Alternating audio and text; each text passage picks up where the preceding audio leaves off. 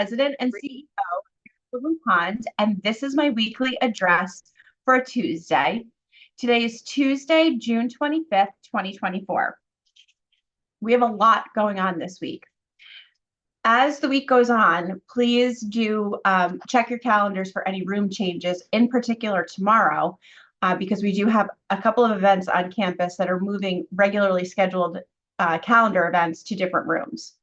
But just to kind of start off the week, as you can see, based on what's going on outside of the pub today, we are in the second day of our annual Employee Appreciation Week, which we call Senior Living Week. We've had signs up kind of in the employee foyers and at concierge and so forth. But this is a week we take every year to recognize all of the various professionals here on campus that do so much work to bring you the services and the support that you need and work so hard. And we'd like to show them our appreciation. So our Employee Voice Committee works very closely with our Director of Human Resources, Bridget Blum, to put together a calendar of events Monday through Friday, which include things like yesterday we did potluck breakfasts brought in by the department heads. Today we're doing a jam session out in the pub for any employee that plays an instrument or wants to sing. We've got a karaoke machine to display their talents and share them with residents and staff. That's going on from noon until 1:30. And we're also treating them to popcorn and pretzels. And it's our sports theme day. And then we have events like that throughout the week. Tomorrow is a food truck. So we used to do it where for Employee Appreciation Week, we would have the kitchen serve a barbecue. But then, of course, it occurred to us that that means that the kitchen staff doesn't get to enjoy in the appreciation. So a couple of years ago, we started bringing in a food truck and the staff just love it. So tomorrow you will see a food truck here. That is complimentary for staff, the lunch service. That's not for residents. If it's something residents might be interested in having access to at some point, I would highly recommend you talk to the dining committee about it. It's something we could certainly arrange for. There's lots of different kinds of food trucks, and we know sort of how the logistics work on it. But at any rate, you will see different events happening throughout the week. We do raffles. Yesterday we did a bake sale, and all of those things go to the proceeds go to our employee emergency assistance fund, which is called the Woodland Cares Fund. So that's what's going on this week. Also today from 1 to 3 in the courtyard, there is also a ice cream social that's going to be happening. And that is going to be $6 for ice cream, with the proceeds going to some of the proceeds going to benefit the Alzheimer's Association. That is brought to you by the Brain Health Group, and it's a beautiful day for an ice cream social. So I would definitely encourage you to go have some ice cream today. Tomorrow, in addition to the food truck that's going to be on campus midday, we have our annual Board of Directors board retreat.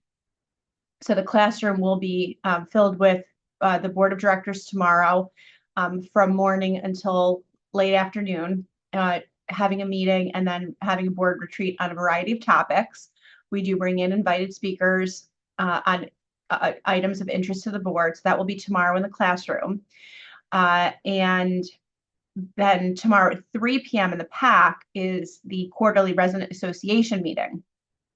And this one is going to be really cool. They're going to have various presenters from across different committees on campus and interest groups to fill you in on the different progress and opportunities and things that are going on campus outdoors. So the Trails Project, which I'll talk about in a second, the demonstration gardens, lots of different things. So you're definitely not going to want to miss tomorrow's resident association meeting.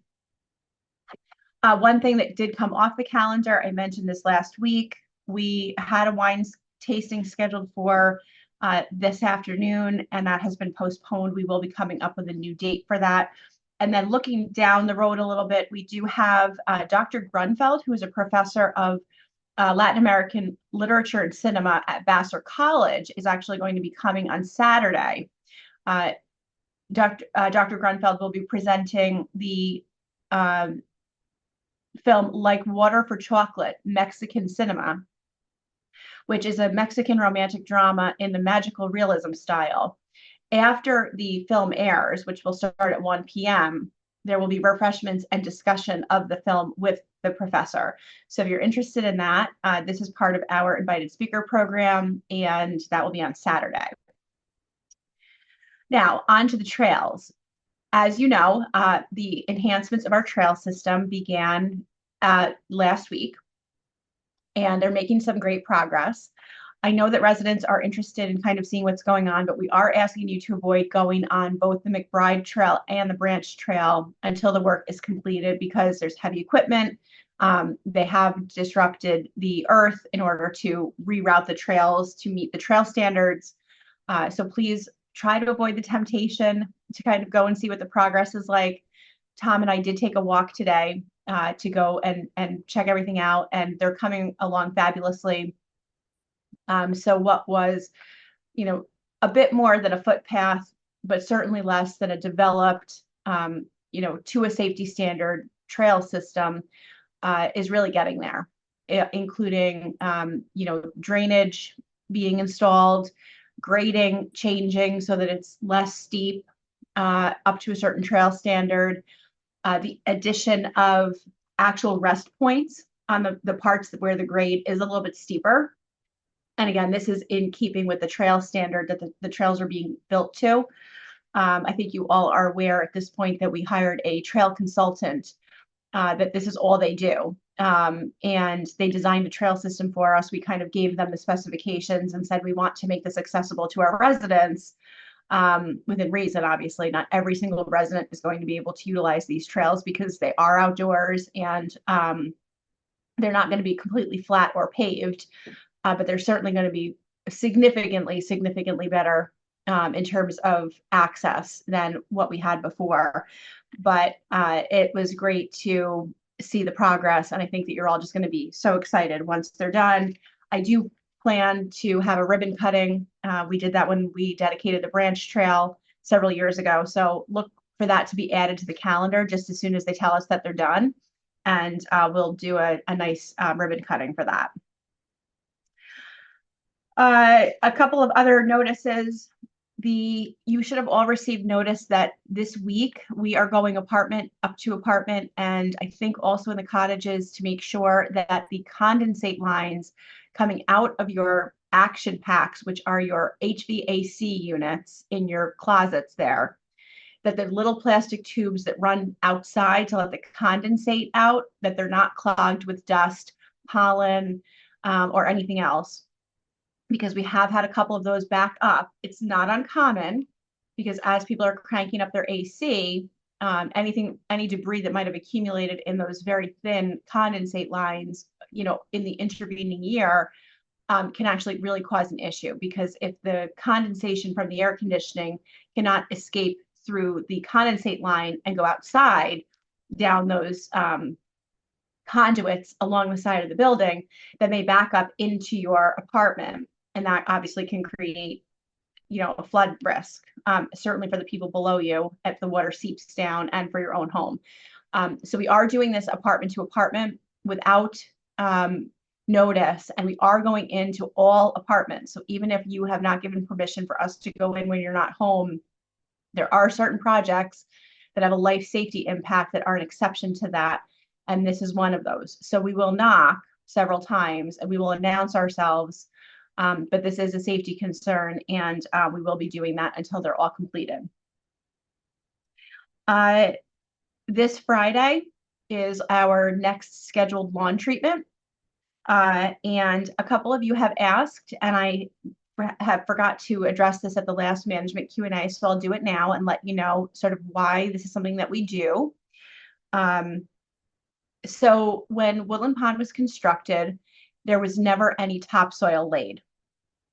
The top layer of dirt that you see was the contractor grade dirt that was left. There was never topsoil put down. Why that was, I don't know. I don't know if it was a value engineering decision or if it was a timing issue or what happened, but it just never happened. So the quality of our soil layer is very poor. That, combined with the fact that there is no irrigation system for our lawn, creates a situation where it's very hard for us to grow non-treated grass. That's not the ideal situation, obviously, especially as we're looking at a lot of sustainability efforts. So you are certainly starting to see the effects of the things that we're looking at to try to reduce the locations of where we're treating the lawn. But the primary reasons are because we just have a really hard time growing grass because of the existing conditions if we don't use the product that we do, or a similar product that comes with the same results.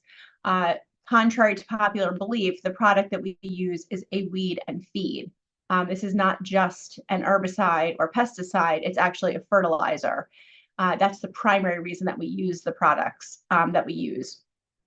They do have an herbicide component because part of allowing grass to grow is also taking out some of the weed material, a lot of which are invasive. But it's sort of a delicate balance because we weren't sort of left with a great growing condition without having irrigation and without having any topsoil. That being said, as you will hear at tomorrow's resident association meeting, the Alternatives to Grass Committee task force has been working diligently on a number of different initiatives to see what our options are for reducing how much lawn we have in a careful way, or eventually identifying possibly some options that are alternatives to the current treatment that we use. And we have always said, of course, that if there is an equivalent product that is either less toxic or, for example, organic, et cetera, that can get us the same result, we will absolutely consider it. We are always willing to consider any product, and we've talked to our vendors about this and so forth. So a few of the things that we are actively working on are enhancing the soil, aerating the soil more frequently than we had been before. Mark Eisenhandler is accumulating lots and lots of manure, and we're going to be starting to lay that down too. So, and not in a gross way. There's a way to make it into a slurry, and then you can apply it. But all of these soil enhancements and reducing mowing and treating in certain areas, these are all with the eye towards trying to reduce our reliance on any kind of chemical treatment on the lawn. But I wanted to provide some some insight into how we got to where we got to. But we're actively talking about how to move away from that. It takes a lot of time. Just a couple of other things. We have learned from the contractor that's working on the trails that there is a pipe or a drain pipe that comes from the upper part of the campus that drains stormwater down to the retention pond, not to be confused with the Ray and Ann Smith Beaver Pond, which is Woodland Pond, but the actual retention pond that collects our stormwater. They've discovered through their trail work that storm pipe is actually compromised. It seems to have gotten crushed, and they think it may have gotten crushed all the way back to original construction. So it's not draining as much as it should be, most likely, because of the section that's crushed. That will have to be replaced, and that is going to require some more significant earthwork than we were expecting on the western slope, just in a sort of a narrow swath. But that pipe is 14 feet into the ground. So we're working right now with the company to identify which cottages, backyards, or views are going to be impacted by that. And Tom will be in discussions with you. It's absolutely unavoidable. Again, it's a safety issue. We cannot take the risk of this because to the extent that that is compromised, we have the risk of having soil erosion, and that western slope acts as a retaining wall of sorts for the cottages. So anything that we do have to disrupt, obviously we will restore, but we cannot avoid that. And since they're already here doing the trail work, we're going to be doing this rather expeditiously. The last thing I just want to mention, and you should have all seen at this point, a memo that came out from me yesterday referring to the power outage and fire alarm situation that we had on Sunday. I would like you to read it if you haven't yet, because it does attempt to explain the infrastructure that we have here for emergency power and how that works, and as well some more about the infrastructure that we have related to fire alarms and emergency alerts. And I really wanted to put it down in writing because sometimes I know that when I explain something or one of us explains something, it may be hard to remember, recall. I actually included references in there about emergency power and the elevators from the resident handbook. Again, I know it's nearly impossible to be able to keep up with everything when you first move in. A lot of times I know residents don't refer back to the handbook. We try to explain as many of these things as we can. It's by no one's fault that you would not remember some of these things, but we had a really unique situation on Sunday where the power went out in a very odd way. But we did lose power. And with that, the generator kicked on and the generator did what it was supposed to do, but it does not power the independent living apartments, the elevators, the cottages.